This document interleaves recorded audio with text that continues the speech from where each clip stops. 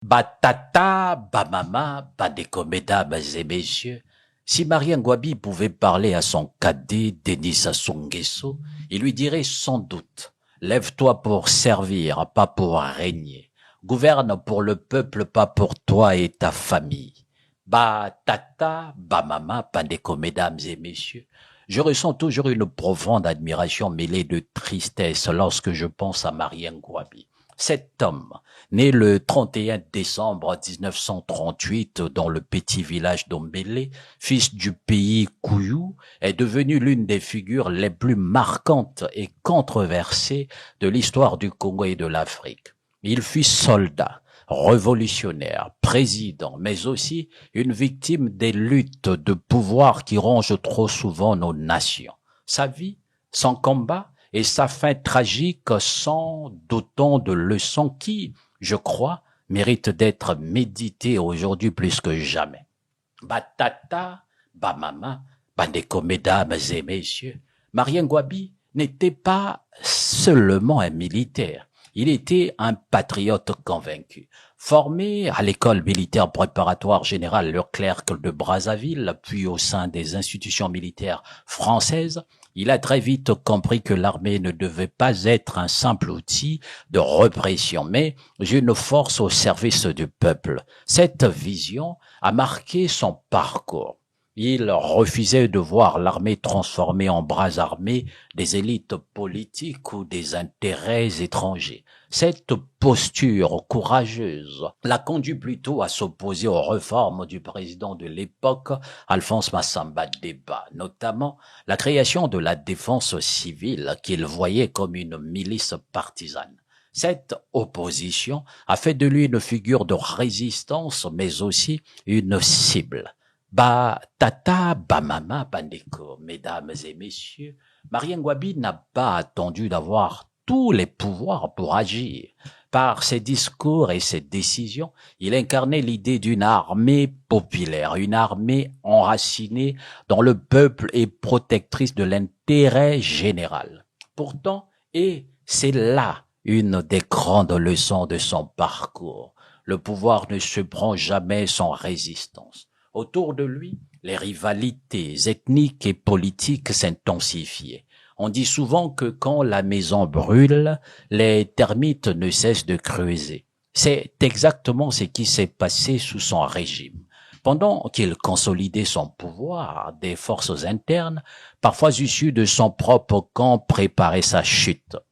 Batata, bamama, bandeko, mesdames et messieurs, Marien Ngouabi, devenu président à 30 ans, est un exploit, mais à 30 ans, porter sur ses épaules les rêves de tout un peuple est un fardeau lourd, surtout dans un pays fracturé par le tribalisme et les intérêts personnels. Marien Ngouabi, pourtant, a tenté de relever le défi. Il avait un rêve clair: bâtir une république populaire du Congo, un État fort, souverain, engagé sur la voie du socialisme scientifique.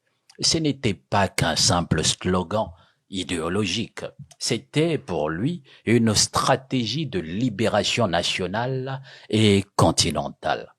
Le drapeau rouge, l'hymne révolutionnaire, la fondation du Parti congolais du travail, tout cela visait à inscrire le Congo dans la grande dynamique des révolutions socialistes, aux côtés de l'Union soviétique et des autres pays du bloc de l'Est. Mais Ngouabi n'était pas qu'un président tourné vers l'extérieur. Il avait conscience que la libération du Congo ne se ferait que si le peuple congolais participait activement à l'effort national. Dans un discours marquant de 1976, il déclara: l'unité nationale, c'est la conjugaison des efforts de tout le peuple sur la base du travail en vue de l'augmentation de la production nationale. Cette phrase, d'une simplicité désarmante, disait tout. Elle résumait son ambition: faire du travail de chaque Congolais la brique sur laquelle reposerait l'édifice national. Mais la réalité du pouvoir est bien plus complexe que les rêves. À l'intérieur du PCT, les luttes de pouvoir prenaient de l'ampleur. La corruption et le tribalisme qu'il dénonçait prenaient racine dans l'appareil d'État. Chaque jour, il devait affronter des ennemis invisibles, des alliés devenus rivaux, des puissances étrangères méfiantes de son alignement sur l'URSS. Et cela, il le savait. Bah tata, bah maman, Bandeko, mesdames et messieurs, Marien Gouabi avait-il le pressentiment de sa fin tragique? Je me demande souvent. Quelques jours avant son assassinat, il avait prononcé des mots qui résonnent encore aujourd'hui. Lorsque ton pays est sale et manque de paix durable, tu ne peux lui rendre sa propriété et son unité qu'en le lavant avec ton sang. Ces mots lourds de sens sont ceux d'un homme qui sait que son heure approche. Il ne s'est pas enfui, il est resté fidèle à son destin. Le 18 mars 1977, Marien Gouabi fut assassiné par un commandant armé. Ce jour-là, le Congo a perdu plus qu'un président. Il a perdu une chance de construire un État fort, souverain et stable. Qui l'a tué? Pourquoi? Les versions divergent encore. Certains accusent ses proches collaborateurs, d'autres pointent du doigt des acteurs étrangers comme la France, les États-Unis. D'autres encore évoquent les divisions internes au sein du Parti congolais du travail. Ce qui est certain, c'est que la trahison venait de l'intérieur. Les ennemis du peuple ne sont pas toujours ceux qu'on voit à l'extérieur. Ils se cachent souvent au sein de la maison, monsieur le président actuel. Batata, bamama, Bandeko, mesdames et messieurs, aujourd'hui, 31 décembre, Marien Gouabi aurait eu 86 ans. Que serait-il devenu? Quelle vision porterait-il aujourd'hui sur l'état de la République du Congo? S'il était encore parmi nous, peut-être nous rappellerait-il avec sa voix empreinte de gravité que l'unité nationale et la souveraineté économique ne sont pas des slogans, mais des combats de tous les jours. Sa longévité, si elle avait été possible, aurait peut-être permis de guider le Congo vers plus de stabilité, de justice et d'équité. Mais en son absence, nous n'avons que son héritage pour éclairer. Batata, Bamama, Bandeko, mesdames et messieurs, depuis sa mort, le Congo a-t-il su honorer son héritage? Je crains que la réponse soit négative. On a donné son nom à l'université de Brazzaville, mais cela suffit-il?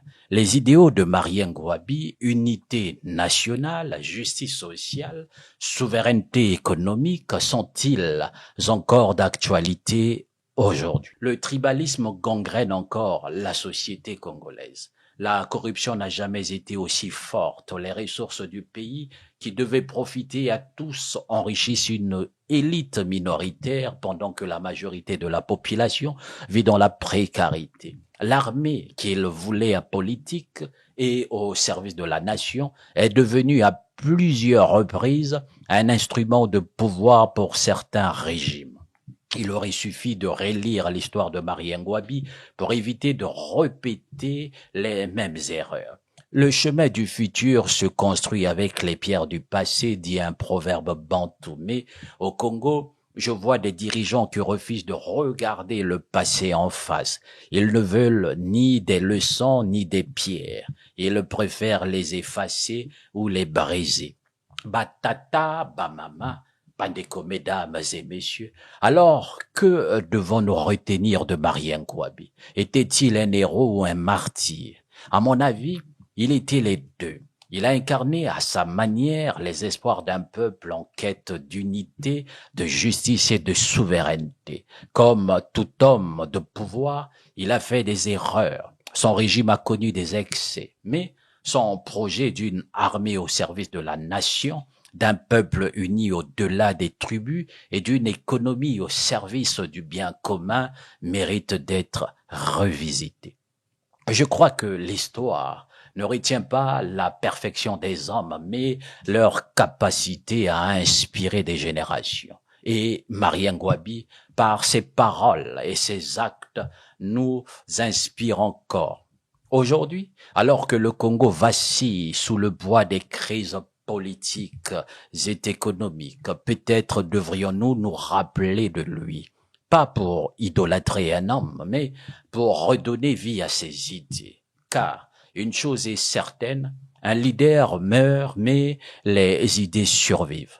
Ba tata, ba mama, bandeko, mesdames et messieurs, je vais croire qu'il n'est pas trop tard. Le Congo peut encore se relever. Nous avons les ressources, nous avons l'intelligence et nous avons quelque part ce désir d'unité et de dignité. Mais il faudra du courage. Le courage de rompre avec les pratiques du passé. Le courage de mettre fin au tribalisme, de dénoncer la corruption et de donner à chaque Congolais une place dans la construction de la nation. Je ne suis pas naïf. Je sais que le chemin sera lent et parsemé d'embûches. Mais je crois au pouvoir du peuple. Je crois en notre capacité à apprendre de notre passé. Car, comme l'a montré Marien Ngouabi, on peut tout prendre à un peuple sauf ses rêves et sa foi en un avenir meilleur. Ba tata, ba mama, bandeko, mesdames et messieurs, ne laissons pas les leçons de notre histoire se perdre. Faisons-en des armes de paix, des armes de justice, des armes d'espoir. C'est ce que Marien Ngouabi aurait voulu. C'est ce que le peuple congolais mérite. Batata, Bamama, Bandeko, mesdames et messieurs, bonne année à tous.